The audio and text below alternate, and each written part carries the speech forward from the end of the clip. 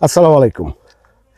আজকে ভর দুপুরে এমন একটা জায়গায় চলে এসেছি যেটা হচ্ছে গাজীপুরের অস্ত্র কারখানার পিছনে যে বনখড়িয়া আছে, বনখড়িয়া থেকে আপনার কি বলে এটাকে রাজেন্দ্রপুর ক্যান্টনমেন্ট এই পর্যন্ত যেতে জঙ্গল আছে, গজারি জঙ্গল গহীন, সেই জঙ্গলের ভিতরে জঙ্গল কিন্তু অনেক গহীন।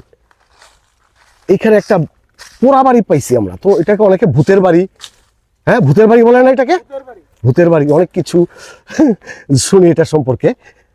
জঙ্গল এই যে আপনারা দেখেন গহীন জঙ্গল চারদিক দিয়ে। তো এই বাড়িটা সম্পর্কে একটু দেখাই। বাড়িটা এখন পরিত্যক্ত, ভিতরে এই অবস্থা, কেউ থাকে না, ভূত থাকে। আর আজে বাজে পোলাপান মনে হয় রাতের বেলা আড্ডা দেয়, যদিও আড্ডা দিতে পারে না বেশি, কারণ পাশেই ক্যান্টনমেন্ট, রাজেন্দ্রপুর ক্যান্টনমেন্ট। এই যে দেখেন অবস্থা, আপনাদেরকে একটু দেখাচ্ছি।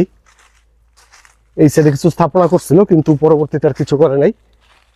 এই যে অবস্থা, এই যে বাড়ির ভিতরে সব ভেঙে চুরে ছারখার হয়ে গেছে। আর জঙ্গল হচ্ছে গহীন জঙ্গল পিছনে, এই যে অবস্থা। তো আসলাম এখানে একটু দেখতে যে কি অবস্থা। আমরা আসলে এরকম চিপা চাপার ভিতরে যা কিছু আছে এগুলি অনেক সময় ঘুরে ঘুরে দেখি, ভাল লাগে। এই যে বাড়িটা মাটির বাড়ি, ভেঙে ছারখার। এটা একদম ক্যান্টনমেন্টের আগেই হাতের বাম দিকে রাস্তা ঢুকছে, ওই রাস্তার মধ্যে দিয়ে দরজা জানালাগুলি সব ভেঙে গেছে।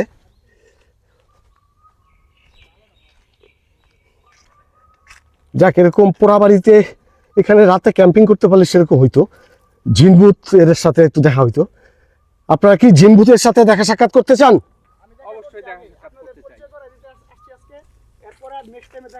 ওকে, এখানে আমরা জিনভূতের সাথে চল ভাই একদিন খেলাধুলা করবো না আমরা এখানে। মাগরিবের পর আসে। আচ্ছা, আমরা তাহলে জিনভূতের সাথে ফাঁকা ফাঁক করে দেবো ইনশাল্লাহ। ওকে, ভিডিওটা এই পর্যন্তই।